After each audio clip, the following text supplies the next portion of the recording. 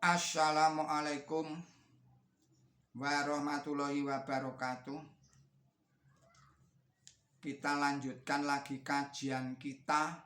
Ini merupakan sebuah laporan seminar dan dialog antar organisasi Islam dengan judul Metode Penafsiran Al-Quran dan Hadis menurut Syiah, Ahmadiyah, NU, dan Muhammadiyah. Saudara-saudara para pemirsa Kereweng Aji Channel yang berbahagia, Assalamualaikum warahmatullahi wabarakatuh. Bismillahirrahmanirrahim. Bulan Ramadan yang baru lalu, Masjid Syuhada Yogyakarta kembali menyelenggarakan seminar dan dialog antar organisasi Islam.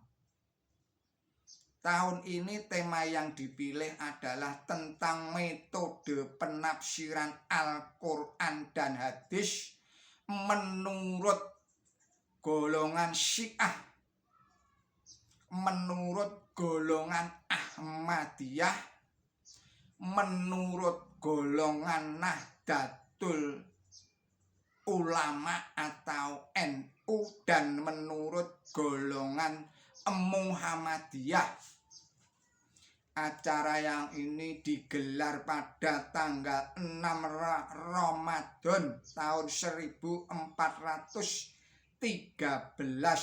Hijriah. Di aula masjid itu diikuti sekitar 300 peserta yang hampir seluruhnya kaum muda.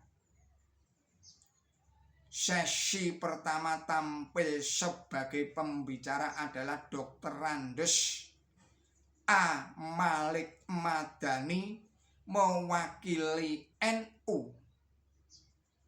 Kemudian Dr. Andes H. Abdul Rokim mewakili Muhammadiyah, dan Khairuddin Barus SY atas nama Ahmadiyah Qadian. Sementara di sesi kedua tampillah Simon Ali Yasir dari Ahmadiyah Lahore, Indonesia, dan Ahmad Muhammad Barakbah atas nama Syiah.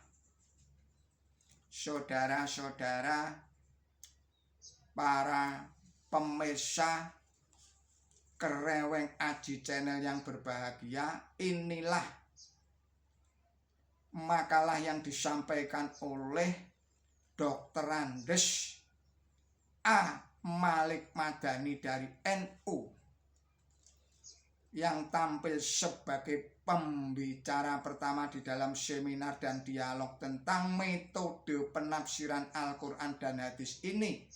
Malik Madani adalah tokoh muda NU yang juga adalah dosen Fakultas Syariah IAIN Yogyakarta itu terlebih dulu memperkenalkan jati dirinya, yaitu NU sebagai sebuah Jami'iyah Diniyah Ijtimaiyah, yaitu organisasi sosial keagamaan yang di dalam bidang akidah menganut mazhab Ahlussunnah wal Jamaah. Sedangkan dalam bidang fikih, NU mengikatkan dirinya pada salah satu mazhab yang 4 secara qauli atau mengikuti pendapat yang telah jadi dengan pola manhaji atau metodologis, yakni dengan mengikuti metode pemahaman dan penafsiran ajaran Islam yang telah digunakan oleh para imam mazhab, terutama di dalam menginterpretasikan ayat Quran dan hadis Nabi suci Muhammad Shallallahu Alaihi Wasallam. Oleh karena itu, paparnya lebih lanjut, para ulama NU senantiasa mengacu kepada kitab-kitab tafsir yang ditulis oleh para ulama mazhab seperti tafsir karya Ibnu Katsir, Al-Baidawi, Al-Kazin, dan Asyayuti. Saya ulangi lagi, Asyayuti. Dan juga pada kitab-kitab syarah hadis karya Ibnu Hajar Al-Asqalani,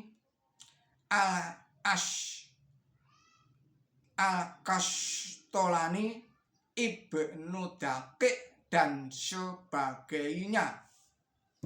Jika menjumpai perbedaan pendapat dari para ulama itu tentang sesuatu hal, para ulama NU merasa perlu memperluas wawasan pemahamannya dengan merujuk kitab-kitab tafsir dan syarah hadis di luar mazhab, seperti tafsir karya Zamakhsyari.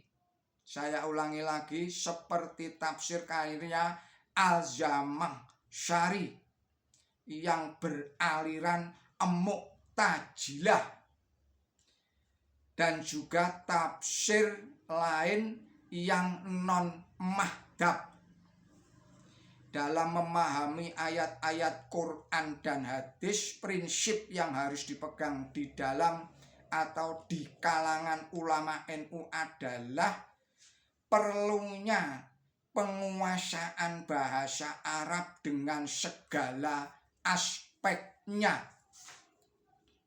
Prinsip lain yang juga menjadi pedoman ulama NU adalah dengan memperhatikan bentuk tafsir bil maksur, yakni penafsiran ayat dengan ayat lain atau dengan hadis Nabi atau dengan sahabat tabi'in. Hanya saja dalam hal ini dipilih hadis atau riwayat yang sahih dan hasan. Dari sikap dasar ini bukan berarti ulama NU menutup diri untuk menerima tafsir birra'yi sepanjang dilakukan secara bertanggung jawab oleh orang-orang yang memang memiliki otoritas dan sudah tentu tanpa mengabaikan tafsir bil maksur tadi. Menanggapi tuntutan reinterpretasi yang belakangan ini sangat nyaring gaungnya, di bagian akhir prasarannya Malik Madani mengingatkan perlunya mempertahankan makna hakiki dari teks ayat dan hadis. Kewenangan untuk berpaling pada arti majasi atau metaforik menurutnya hanya mungkin ketika ayat dan hadis itu sulit dipahami secara hakiki. Saudara-saudara, para pemirsa channel Kreweng Aji yang berbahagia, demikianlah pemaparan dari ulama muda dari golongan NU tentang penafsiran Al-Quran dan hadis. Mohon maaf atas segala kesalahan dan kekilapan saya di dalam menyampaikan risalah ini. Billahi taufik wal hidayah. Wassalamualaikum warahmatullahi wabarakatuh.